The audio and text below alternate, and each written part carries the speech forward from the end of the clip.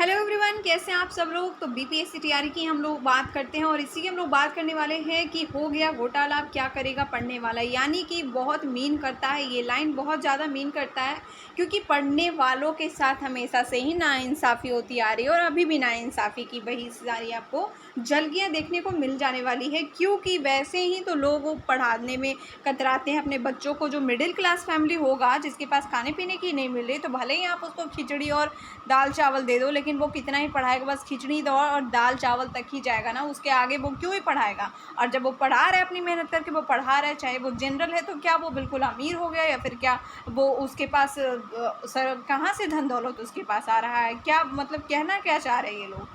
क्या यहाँ से बिहार वालों को ये लोग बिल्कुल बाहर कर देना चाहते हैं और यहाँ पे बाहरों को एंट्री दे देना चाहते हैं। क्योंकि यही सारी चीज़ें हो रही है। जिन्होंने भी अगर जो गलत तरीके से जिन्होंने लिया है ना, मतलब जिन्होंने फर्जी डोमिसाइल पे ये सारी नौकरियाँ जो पाई है, बीपीएससी टीआरई की नौकरियाँ जो पाई है, अब सुनने में ये भी आ रहा है कि वो बिहार में ज़मीन खरीद रहे हैं। अब जब ज़मीन खरीद लेंगे, वो उनके नाम पर रजिस्ट्रेशन हो जाएगा और इस तरह से वो कहलाएंगे क्या कि वो बिहार के निवासी हैं। तो इसकी जाँच पड़ताल जल्दी से जल्दी कब होगी और कब इनका खुलासा होगा, और खुलासा हो जाएगा तो भी क्या कुछ हो जाएगा, ये जानने वाली चीज़। यहाँ पे देखिए, पढ़ने वालों में यहाँ पे अभी आपको जो बात यहाँ पे बताने जा रही हूँ कि ये देखिए आपका बीपीएससी टीआरई 1 का यहाँ पे है। और इसमें मैं आपको एक और दिखाती हूँ। सबसे पहले ये देखिए, हमारे पास एक लेटर है जो कि बहुत मुश्किलों से ये मिला है। तो ये इस लेटर में, ये लेटर आपको 14 मई का है, जब ये बिल्कुल ये नहीं कि आपको ये ऑफिशियली कहीं पर डाला गया है। तो इस लेटर में जो कुछ भी लिखा हुआ है, हम उसी का एनालिसिस करेंगे। और ये आपको 1 to 5 पीआरटी टीआरई 1 की जो हुई थी ना, जो आपको सीटें नहीं मिली थी ना, ये उसका काला चिट्ठा है।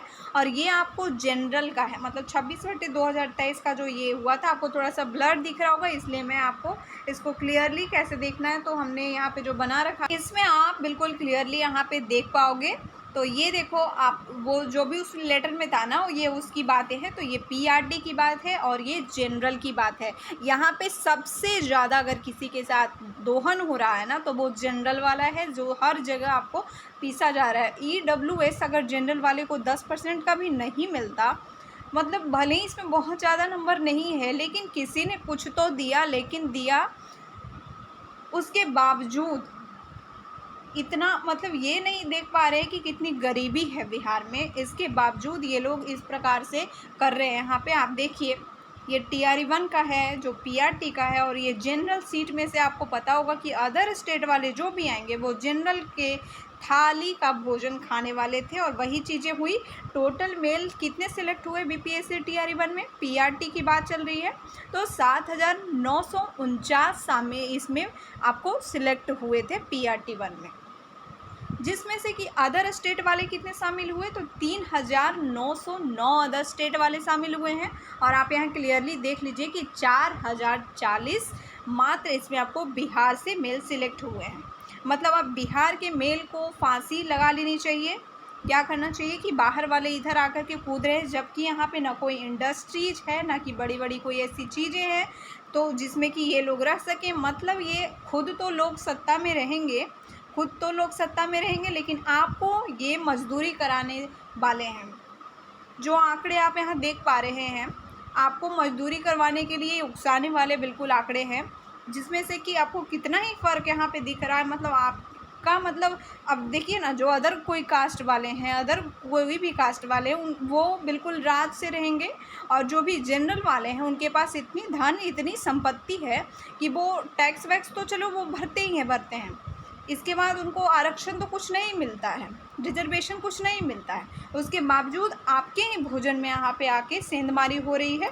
और आपका ये, आप यहाँ पे देख लो, बहुत ही शोभित आंकड़ा यहाँ पे है कि कितना किसको सीट मिला है पीआरटी 1 में। और इसके बावजूद पढ़ने वाला तो वैसे ही थाल कटोरा लेकर के घूमेगा। और ये अगर पढ़ने वाले का सिलेक्शन नहीं होता है, तो इसका सीधा मतलब है कि जो भी वैसा व्यक्ति है जिसका सिलेक्शन हो रहा है, जो कि अब अगर बात करें हम सेटिंग पे, तो सेटिंग वाला अगर कोई व्यक्ति इसमें, और सेटिंग वाला व्यक्ति भी इसी में घुसेगा, जनरल के सीट में ही घुसेगा, क्योंकि वो इतने मार्क्स ले आएगा कि वो जनरल के सीट में घुस जाएगा।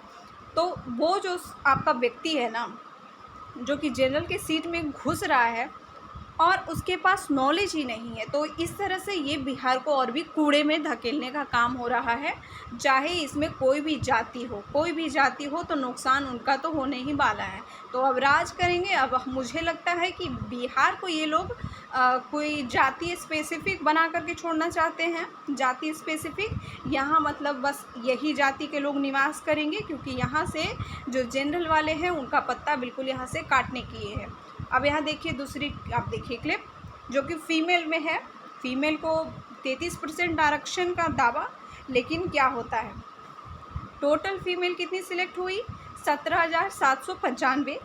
अदर स्टेट की फ़ीमेल कितनी सिलेक्ट हुई? तो 10,112 आपको अदर स्टेट की फ़ीमेल सिलेक्ट हो गई, जिसमें बिहार की फ़ीमेल कितनी सिलेक्ट हो गई? तो आप इसमें से घटाइए, आपका आ जाएगा 7,683 फ़ीमेल आपको बिहार से सिलेक्ट हुए हैं। पीआरटी की बात हो रही है और ये जनरल कोटे से बात हो रही है, जनरल कोटे की। अदर कोई भी कोटे में सिंधमारी नहीं होती है। जो भी सिंधमारी होगी वो जनरल कोटे में होगी, क्योंकि जो भी प्रक्रिया ये दिख रही है, ये इनका मंशा तो यही लग रहा है कि ये यहाँ से जनरल को भगाना चाहते हैं।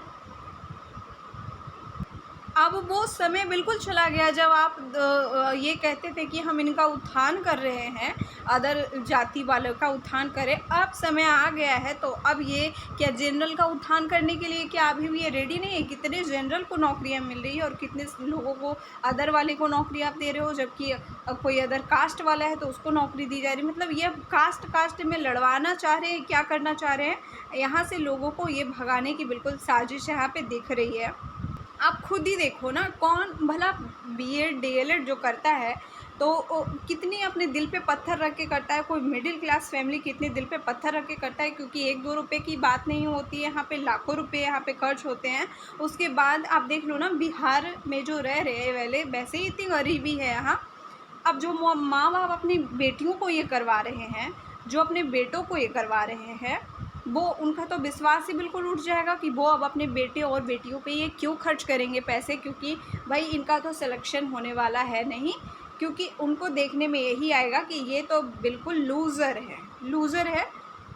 जबकि सच्चाई तो कुछ और है, जो कि आपको अभी दिख रही होगी। और ये सारी चीज़ें मैं उस प्रपत्र में जो लिखी हुई है, मैं उसी का बस ये वर्णन हमने किया है यहाँ पे। अब आप कमेंट करिए कि इससे शर्मनाक और क्या हो सकता है? इससे शर्मनाक और कुछ बचा है यहाँ पे करने के लिए इनके पास, या फिर इससे भी शर्मनाक चीज़ें यहाँ पे करी जा सकती है? ये डोमिसाइल कब लगाने की सोच रहे हैं, या फिर ऐसे ही चलेगा?